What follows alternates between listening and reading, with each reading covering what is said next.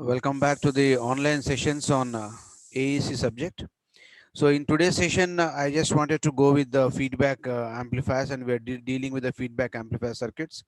In the previous session, we have understood on how to write the formulas for gain of the amplifier, input resistance, output resistance with feedback for various types of amplifiers.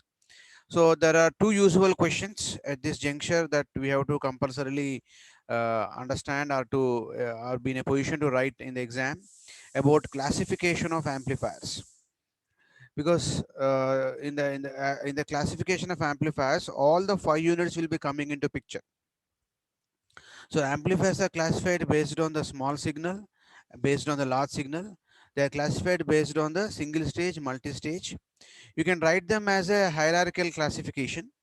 So based on number of stages like single stage and multi-stage, based on type of configurations like common emitter, common base, and common collector. Classification of amplifiers based on the conduction angle like class A, class B, class AB, class C, and class D amplifiers. Frequency of operations. It is direct current amplifier, audio frequency amplifiers, radio frequency amplifiers, VHF, UHF, and SHF frequency amplifiers. So VHF is known as very high frequency, UHF is known as ultra high frequency, SFH is known as SFH is known as super high frequency amplifiers. So apart from this, we're going to have one more classification that is based on the feedback amplifiers. We're going to have negative feedback and positive feedback that also has to be added here. Okay, so amplifiers are classified based on around six methodologies. One is based on type of the signal, based on the number of stages, based on type of configurations, classifications based on conduction angle, frequency of operation, and type of the feedback in the amplifier circuits. So like negative feedback and a positive feedback amplifiers. Now under multi-stage amplifier we discussed, and we are discussed about single stage amplifiers in detail in first unit, and we discussed about CE amplifier performance characteristics, all those things. And in multi-stage amplifiers are constructed by using the coupling methods. So there are various types of coupling methods on the multi-stage amplifiers known as direct coupled amplifiers, RC coupled amplifiers, transformer coupled amplifiers. Okay, so these are all the collector to base bias coupled amplifiers. Like this, we have various types of couplings. So most importantly, the couplings are going to be of three types. One is going to be direct coupled, RC coupled, and transformer coupled amplifiers. These three are the more popular couplings we use to interconnect one stage of the amplifier with the another stage of the amplifier stage. Thereby, we can call it as a multi-stage type of the amplifiers. So under multi-stage, we're going to have once again subdivide into two that going to be called as cascaded amplifier, cascode amplifier. So cascade is going to come up with different coupling amplifiers. Cascade is also going to come with different coupling amplifiers. Now the couplings for cascade and cascade are going to be all is going to be same.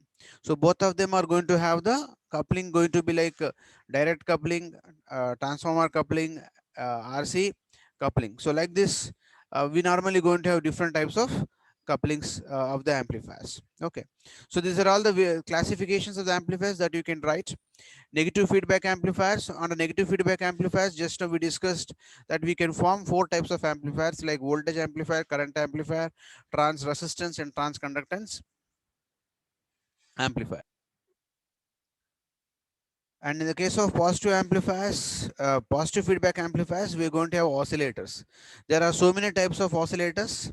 Like we're going to have RC oscillators, we're going to have LC oscillators.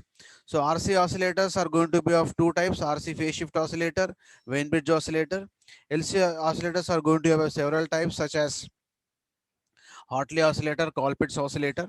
So they are going to be the forms of the LC oscillators and crystal oscillators. So there are all the various types of oscillators which we can really have in the feedback amplifier configurations.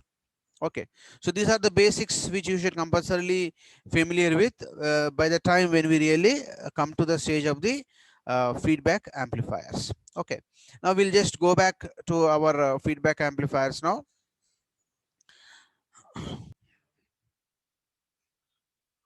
In the last class, we have completed writing the formulas for gain of the amplifier, input resistance Ri, output resistance RO with the feedback configurations for various types of negative feedback amplifiers. If you are writing this gain equation for transconductance amplifier, now we know the gain of the amplifier with negative feedback is always going to decrease. So decrease by amount of 1 plus A beta. In general, that is the formula. If a gain is going to increase, it is going to increase by 1 plus A beta. Means you have to multiply that factor by 1 plus A beta. So if it is transconductance amplifier, then the amplifier is normally going to exhibit the transconductance behavior. Therefore, the gain of the open loop amplifier can be represented by GM in the case of transconductance amplifier. If the same equation, if at all you want to write it for trans resistance, we replace GM by RM. If same equation you want to replace by voltage amplifier, we replace GM by AV. Same amplifier equation, gain equation for current amplifier, replace GM by AI. So like that, we normally going to get the gain equations for various types of the amplifiers. Similarly, we have figured out the expressions for the input resistance, output resistance of the amplifiers. So the input resistance is purely based on the type of mixing. Output resistance is purely based on the type of sampling. If the type of mixing is series mixing, then input resistance is going to increase. If type of mixing is shunt mixing, input resistance is going to decrease. Why? What is the reason for this? If it is shunt mixing, because of feedback, the current going into the transistor should increase. So when the current flow is going to increase, only when the resistance is going to decrease. So decrease means what? We simply divide it by 1 plus A beta. Now series mixing means what? Input resistance should increase. Means what? Due to the series mixing, the input voltage because of the negative feedback should increase. So when the voltage increases only when the resistance increases, because external current is always same. It is not going to change. Therefore, in the equation for V is equal to I into R, I is constant, but R should compulsorily change. R should compulsorily increase if at all you wanted to increase the input voltage. Therefore, the input resistance is normally going to increase to support increase in the input voltage. Similarly, we have drawn the voltage sampling and current sampling. If it is voltage sampling, the output resistance should compulsorily decrease by a factor of 1 plus A beta. If it is current sampling, the output resistance should compulsorily increase by a factor of 1 plus A beta. So these are the conclusions we have simply made in the previous class. Now let us start going more into this equivalent circuits. Now how do we draw the equivalent circuits for mixing at the input, sampling at the output? Let us suppose take the mixing at the input. Take the first case of series mixing. Imagine that if you are going to do series mixing, what should happen? The input resistance should go to infinity. This is what the conclusion we have made just now. Now, in the case of series mixing, the sampled output is applied to the input of the amplifier such that input terminal voltage of the amplifier increases. Now, the sampled output may be a voltage, may be a current parameter. It doesn't matter. Whatever may be the sampled output parameter, in the case of series mixing, that sampled output should be applied to the input of the amplifier such that the input terminal voltage of the amplifier should increase. That is called simply series mixing. So due to series mixing, the input terminal voltage because of negative feedback should increase. Whatever may be the sampled output, whether the sampled output is going to be a voltage or a current, doesn't matter, but the input voltage should increase because of series mixing. That is what called series mixing that we talk about. So therefore, this is the condition for the series mixing we are going to have. So to fulfill this condition, how we are going to have the input voltage of the amplifier increases only by increasing the input resistance of the amplifier. So the equation for V is equal to I into R. I is constant, so only R has to increase to support increase in the input voltage. So that is what this point is talking about. So if the input resistance with feedback, what is RIF stands for? Input resistance with feedback increases by keeping the input current constant, then the voltage drop across RIF is going to increase by a factor. RIF is equal to Ri into 1 plus A into beta. So this is the equation we're going to have now. How we can draw the equivalent resistance at the input? It is going to be RIF, which is normally going to be virtual in nature. So the resistance is going to be a virtual input resistance because of feedback can be shown something like dotted lines like this. RIF tends to infinity. Dotted lines means what? The effect will be there, but physically we cannot see them. It is something, this concept has been drawn from the engineering drawing concept. Engineering drawing, whenever you draw the projections, invisible lines we draw with dotted lines, and visible lines you always draw with a solid lines. So invisible means what? It is not, it is going to be something like a virtual reality. Physically you cannot see, but it is going to exist. That is called a virtual reality kind of a thing. So here the resistance RAF is going to be like a virtual resistance, not a physically connected resistance. Now in case of shunt mixing, let us look into, just now we have seen series mixing, now let us go to the shunt mixing. In case of shunt mixing, what is the condition? The input current should increase. So in order to increase the input current going into the transistor, the input resistance of the transistor should decrease. That is the condition. So in case of shunt mixing, the output current, it may be a voltage or current, doesn't matter. In case of shunt mixing, the sampled output is applied to the input of the amplifier such that the current into the amplifier increases. This is the condition. So more current can flow into the amplifier only by decreasing the resistance at the input terminals. So that I can write as something like RIF is equal to Ri by 1 plus A beta is the formula which we can write. Next, let us look into the equivalent diagram for the sampling at the output. Sampling at the output we can draw. So sampling at the output means how we can draw in case of voltage sampling at the output of the amplifier. Say at the output of the amplifier, we are sampling the output signal. If the sample is going to be voltage sample, then the part of the output is taken as a voltage. In case of voltage sampling, part of the output is taken as a voltage, because it is voltage sampling. So the maximum voltage at the output load RL is possible only if R0 is very much low. Now, when can I get a maximum voltage? In the case of voltage sampling, we are getting the voltage. So the proportion of voltage should be maximum. So the maximum voltage at the output across the load resistance RL is possible only if the R0 is very small. Now, where from we get the voltage? In general, ideally from voltage source. That means the output terminals are replaced by ideal voltage source. That means I've written this as AV or not. This is nothing but the voltage source gain here I've written. So it's a voltage source in combination with internal resistance R naught. So for ideal voltage source, the internal resistance of ideal voltage source should be equal to 0. So therefore, R naught should tend to 0. That is what the concept which we normally going to write it directly. You should be in a position to write this formula directly with the concept, because for doing problems, you will be given time only for 5 minutes maximum, 5 to 6 minutes. So in that allotted time only you have to complete the problem. So when can you complete such problems?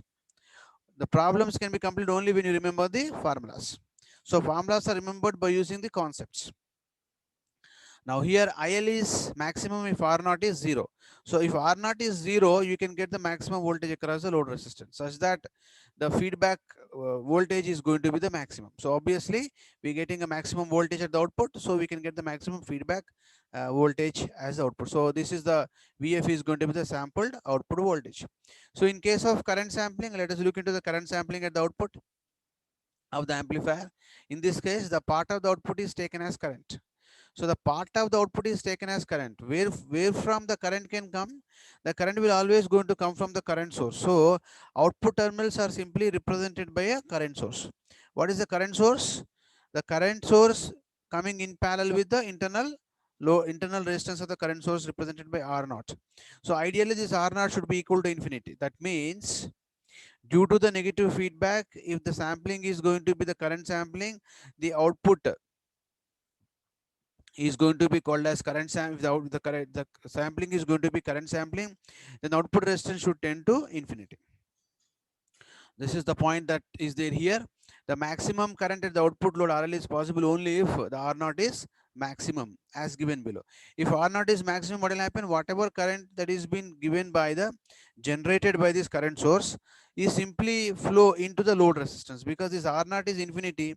So no current flows through R0. So entire current goes into the load resistance, which is what we want for the current source. So if R0 is infinity, then IL is maximum. This IL is sampled at the output.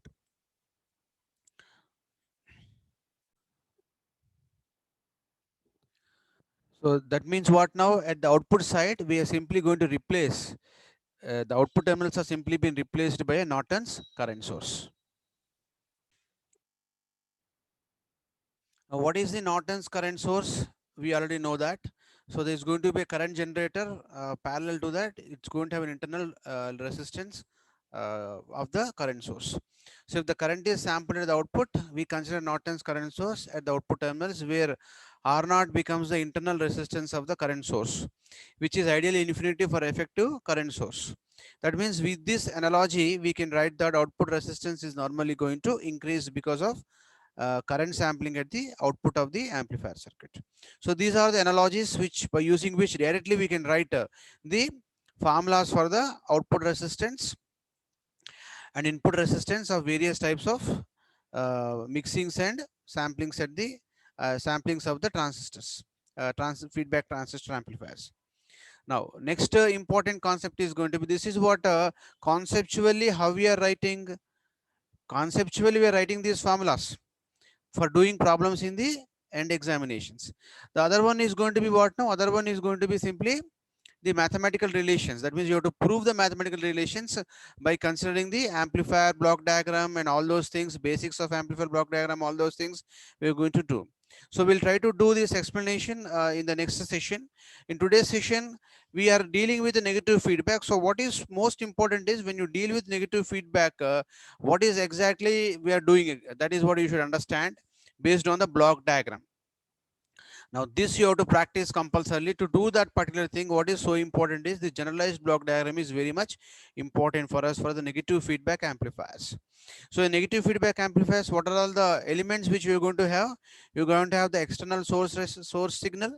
You're going to have the amplifier. You're going to have the feedback network, and you're going to have the error signal, which is going to be the difference between XS and XF.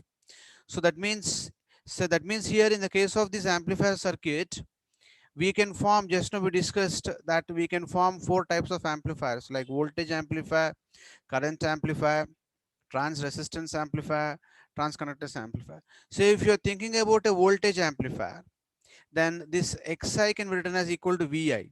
So Vi becomes equal to Vs minus Vf. If you're forming a current amplifier, then this Xi becomes equal to what?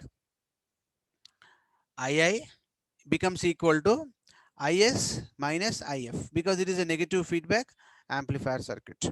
That means the external input source, you have to subtract the feedback signal from the external input source in the case of the negative feedback amplifiers. That is called negative feedback. And based on that, accordingly, we normally going to have the transconductance, transresistance amplifiers. Most importantly, 2 amplifiers are very much popular, that is voltage amplifier and current amplifier. So that is the reason why we have just simply drawn this. Now for negative amplifier, what is important is that the input signal value should be subtracted, the feedback signal should be subtracted from the input signal value. That is what important in the case of the negative feedback amplifier. If you are writing it for the positive feedback amplifier, how it is going to be? The input signal should be added with the feedback signal in the case of the positive feedback amplifier. Thereby we get the error signal, which is known as the output of a mixer signal, is going to be addition of these 2 signals in the case of positive feedback amplifier. In the case of negative feedback amplifier, this error signal should be the difference of these 2. So this is what very much essential that we have to consider in the case of negative as well as positive feedback amplifiers. So using this basic thing only, we have derived the expressions for gain with positive feedback, gain with negative feedback amplifiers. And we have got the expressions earlier in the previous sessions as gain with a negative feedback amplifier as A by 1 plus A beta, gain with positive feedback amplifier as A by 1 minus A beta. So that means here we can observe carefully from these two equations that the gain with negative feedback amplifier is going to decrease by 1 plus A beta. The gain with positive feedback amplifier is normally going to increase. How it is increasing? According to Barkhasan criteria, A beta should be equal to 1. Mod A beta should be equal to 1 according to the Barkhasan criteria. So if you replace A beta is equal to 1, it is 1 minus 1, something by 0 is infinity. Means what? The gain is simply going to infinity ideally. That means the gain with positive feedback is going to increase, gain with negative feedback is going to decrease. This is a very, very important concept that we have to compulsorily undergo over here. And other concerns like how the stability of the amplifier is improved, and how the noise margin has been reduced. Okay, just now we have seen gain changes, and how the bandwidth is normally going to get affected, and how the distortion is going to get affected in the case of the negative and positive feedback amplifiers, and how the bandwidth is going to increase in the case of negative feedback amplifier also we have to see. So these are the various features of the negative feedback amplifier which has to be compulsorily been derived in that particular derivative part as well also for us.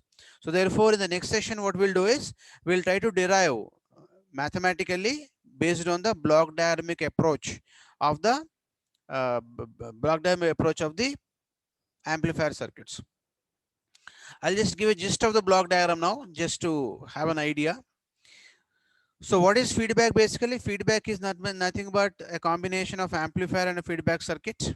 So we have an amplifier here, feedback circuit beta, let us suppose this is the block for amplifier, block for feedback network, and we are taking the sampling here. The sampling is applied to the feedback, and the output of feedback circuit is applied to the input of the amplifier. That means it is being mixed with the input signal of the amplifier. So this is what the connection we are going to have. That is called voltage series feedback connection, voltage shunt, current series, current shunt. Like that, we can draw various kind of amplifiers now. So like this we discuss in detail because it is going to take one more class around 20 to 25 minutes. This entire stuff is normally going to get covered. So therefore we have to go in systematically, in a systematic manner, about discussing about this kind of the derivations. Okay, so please keep as I told you already, please keep the running notes, and please try to take the running notes while you're normally going to listen the classes, because all these are derivations. These derivations have come based on the concepts. So if you know the concept, you can easily derive the derivations. So in the exam, the question may come in terms of problems or in terms of derivations also. Say for example, you may get the write the input resistance, output resistance, gain of a voltage series amplifier circuit. If it is asked for 2 marks, you can write down the formulas and leave it for 2 marks. Just draw the block diagram and the 3 formulas. You normally going to get 2 marks, half of mark for each and every bit. If it is asked for 5 marks question, then compulsorily for voltage series amplifier you have to derive all this derivative part for that, and you should derive the expression for gain also with a negative feedback amplifier. So like this we have to based on the marks given to us on a question, you have to write the answer. If marks are going to be more, you have to be more elaborative. If marks are going to be only short, very less marks, 2 marks are there, then you have to concise your answer into 2 or 3 lines. So like that you have to compulsorily plan your exam based on the marks given for a particular question.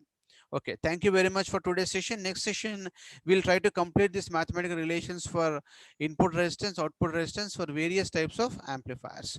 So we have various types of amplifiers formed called as voltage series, voltage shunt, current series, current shunt amplifier circuits. So in the case of voltage series amplifier, what is the output sample? It is a voltage. How it is added? It is series mixed, right? If it is say current series, output sampling is current. it is mixed to the input circuit in a series fashion. So like that, we normally going to have the various types of the amplifiers configured based on the types of the topologies. So that means depending on the type of topology, we normally going to get different types of the amplifiers. So here in the, using negative feedback amplifier, we can configure the type of the amplifiers. That means we can change the characteristics of the amplifier due to the negative feedback amplifiers into a voltage amplifier, current amplifier, transresistance amplifier, transconductance amplifier by using the various topologies such as voltage series feedback, voltage shunt feedback, current series feedback, and current shunt feedback. So this is what the basic concepts which we have on the feedback circuits. So we'll end up our session here. In next session, what we'll do is we'll start with the derivative part from the block diagramic approach from the block diagram. So this particular thing you should do in the exam only when it is asked for 5 marks. Okay, so for that purpose, I'm going to explain all this derivation to you in the next session. Thank you very much for the today's session.